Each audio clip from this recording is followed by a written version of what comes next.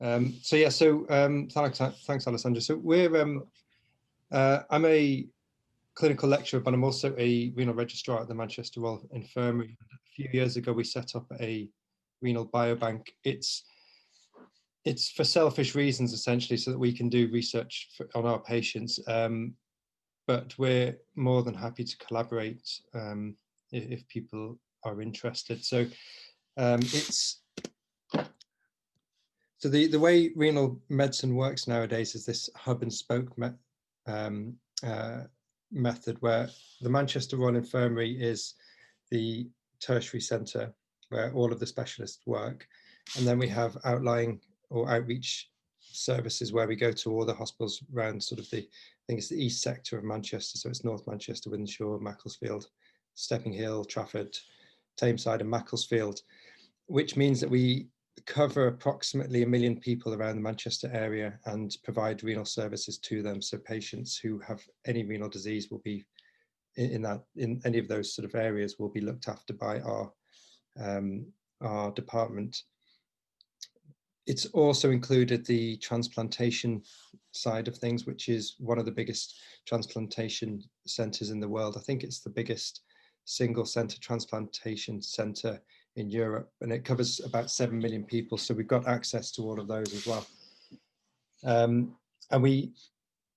the biobank itself is located in Manchester, in the Manchester Royal Infirmary, in the Manchester Institute of Nephrology and Transplantation, which is known as MINT.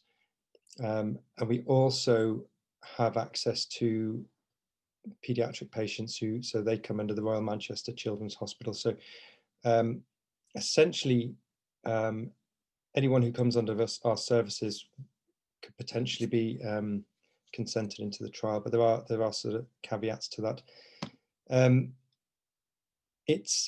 We set this up initially trying to capture anyone, slightly pragmatically, but anyone who has an interest in kidney disease.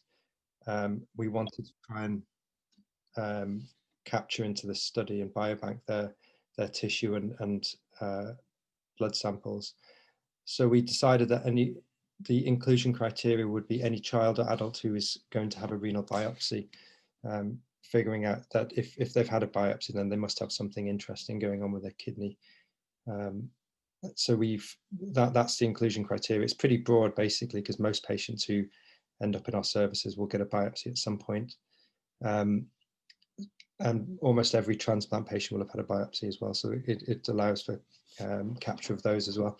And we're also allowed to take samples from healthy volunteers, adults, although we're not allowed to take biopsies from adult volunteers,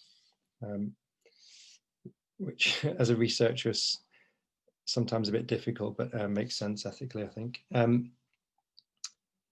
We're allowed to collect blood, saliva, urine, and if there's any spare tissue after biopsy in the past, we're allowed to use that. And most patients will have an extra core anyway, so there's usually tissue left over. We've never had a problem with people running out of tissue if needed. And we've just had a new addition to the ethics, meaning that we can now take an extra renal biopsy tissue core specifically for research. So it doesn't have to be used for diagnostic purposes, and it can be purely used for research. So we've used that recently to do some 3D EM, which electron microscopy, which needed a special fixative. So it is quite useful.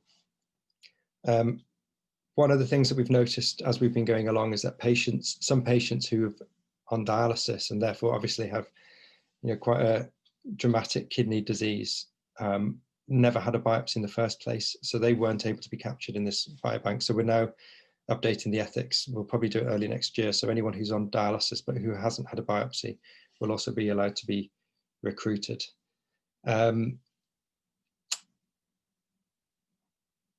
So I suppose in general, the main diseases that would be of interest to researchers would be the autoimmune diseases, so vasculitis, things like IgAN, membranous nephropathy, quite sort of rare autoimmune diseases, but then there's also genetic diseases that affect the kidneys can be captured. Diabetic nephropathy probably won't see people on dialysis, but it's a large population base that you can get hold of samples for.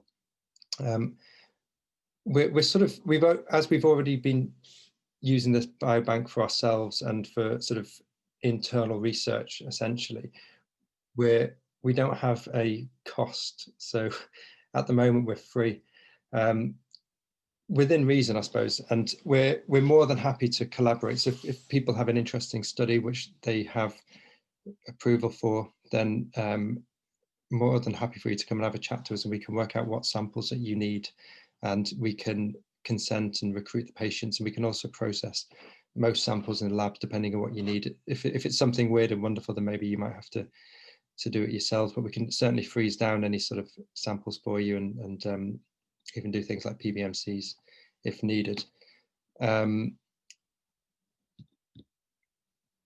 If in the brochure that Alessandra and Becky have sent out, there's the contact details. Myself is probably, I'm a good one to come through to, or the other adult contact is Durga Kanigi-Churla, who is a consultant in the department.